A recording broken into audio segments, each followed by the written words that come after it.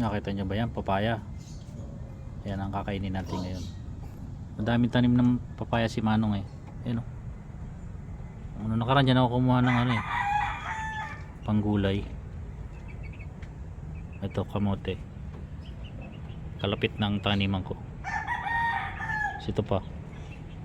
O, diba? Dami. Binabalutan namin. Kasi ano eh, maraming nakikinabang eh.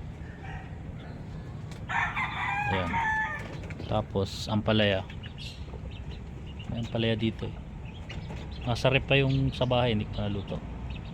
Saka okra. Ayan. Kita nyo ba? Sile, madami din sile. Ayan. Masarap tumambay dito eh. Malamig. Kanina kinain ko papaya din. Ito mga bukas pa ito makakain. Okay, thank you, bye.